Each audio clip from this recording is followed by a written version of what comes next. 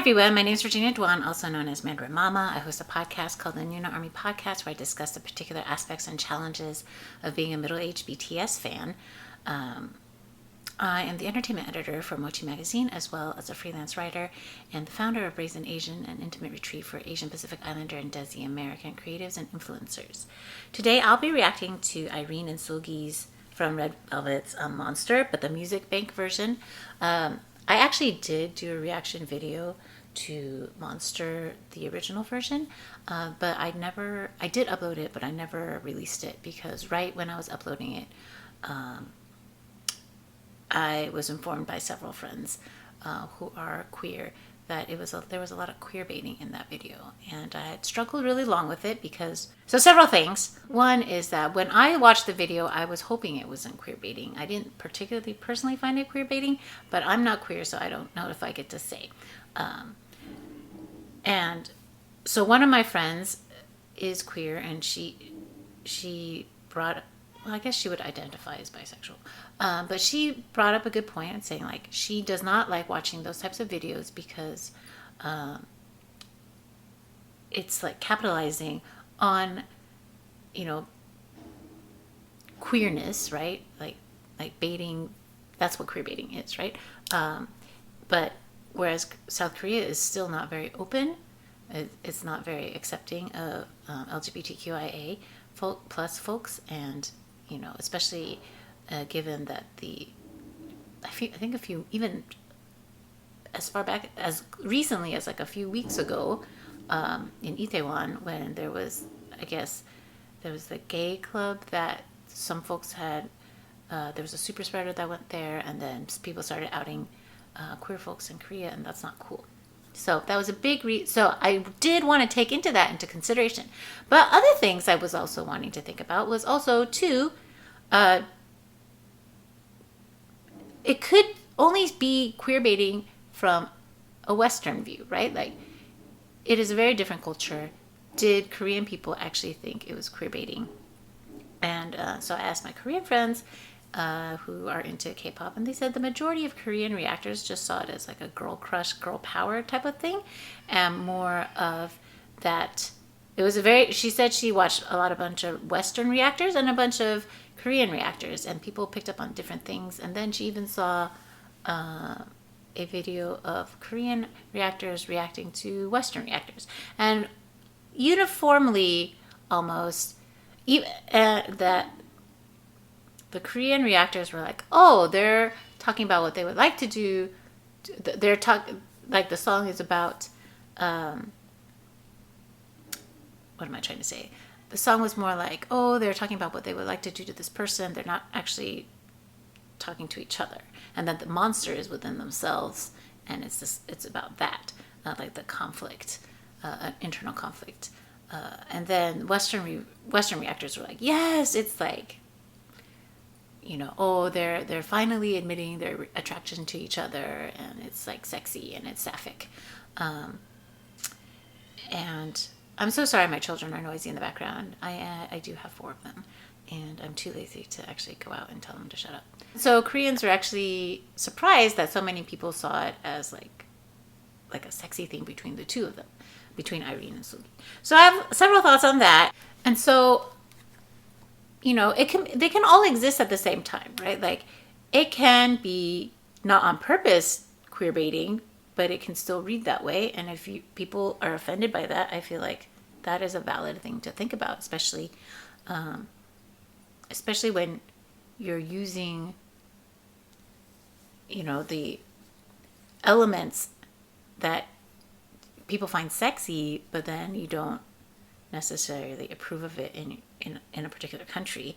But then 2, I feel like it also depends on how the people in the original culture feel about it. And then 3, it's just ultimately I don't want my friends to get hurt and feel like that their concerns aren't being heard. And then so I did not release that reaction, but this version I totally feel fine about because my friend had already watched it, and she's like, you know, there's nothing. My Korean friend, not my other friend, and she's like, yeah, there's nothing between them.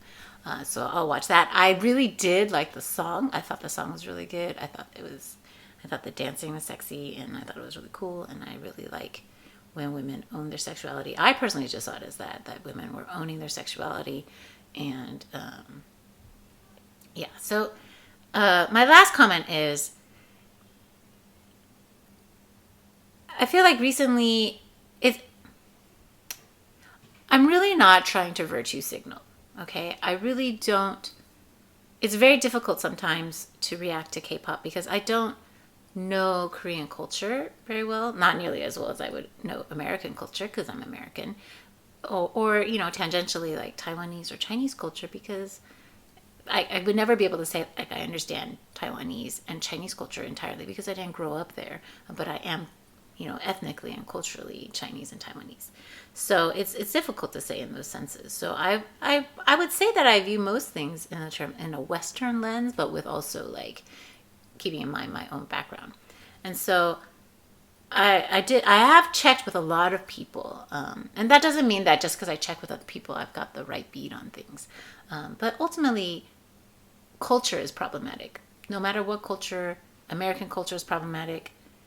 Korean culture is problematic. Chinese, Taiwanese, every culture is problematic because they're made of people.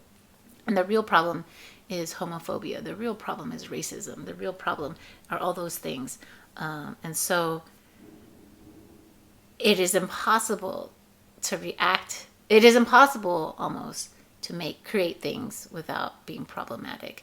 But I think what we should try to do is to try and avoid those things if possible. And if K-pop is as global as it's wanting to be, then they should have global consultants. I personally think. But again, one could also argue they're Korean. They shouldn't have to do anything that they don't want to, right? They're making pop for themselves. So yeah, I feel like that's a needlessly endless circular argument.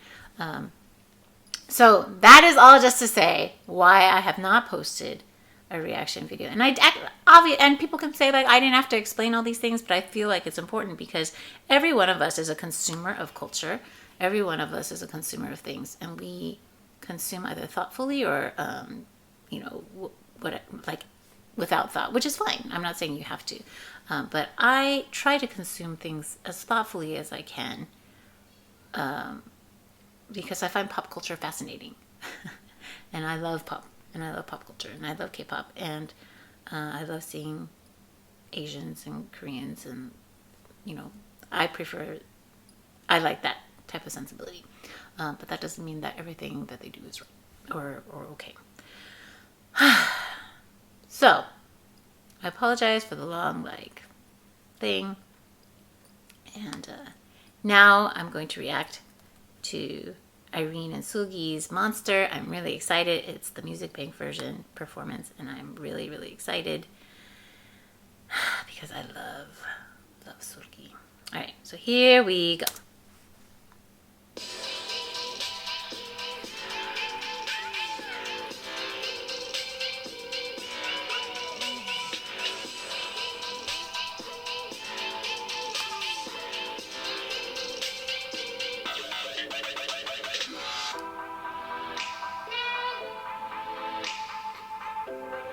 It's not fair.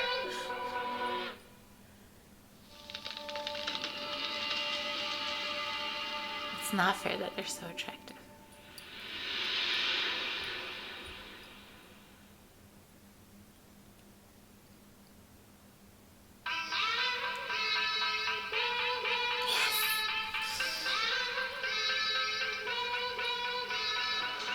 움직임은 특이해 평범치 않아 1, 2, 5, 2, 7 난 어둠 속에 댄서 모두 뜨거워 상대 가까이 갈게 무시무시하게 내 심장을 훔쳐 지배해 해주면 왜 그림자는 두냐 내 속에 다른 게 눈을 뜬 것 같아 아무 일을 못 써 날 건네 널 괴롭혀 내 꿈만 꾸게 해 난 춤추고 놀래 가을 돌린 너의 그 몸 위에 주문을 걸면 I'm a little monster Ah, I love this choreo.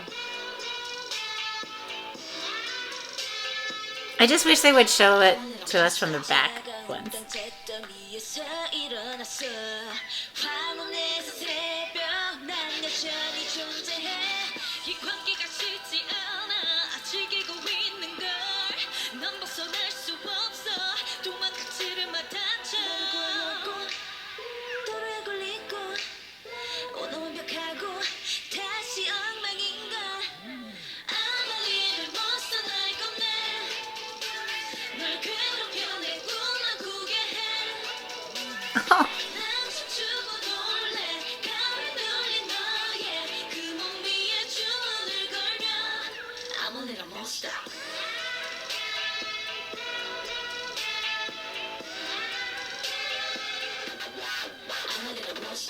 Oh, they can do that in this thing too, huh?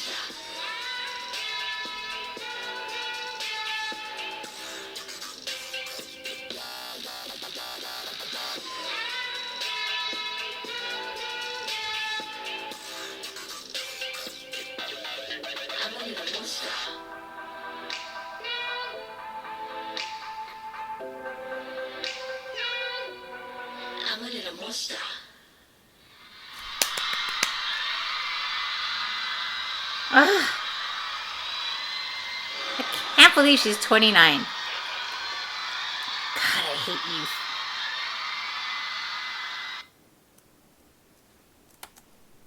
Yeah, I really like the song. I like the dancing and the performances, and I really enjoyed it. And yeah, I just really like Seulgi. I don't know anything about them other than that they're like attractive people, and I like attractive people. So again, I really like the song. I can try and think if I can splice previous footage, but ultimately I really like seeing confident women just owning whatever they are. So yeah. And please like and subscribe, hit the notification bell, and I'll see you guys next time.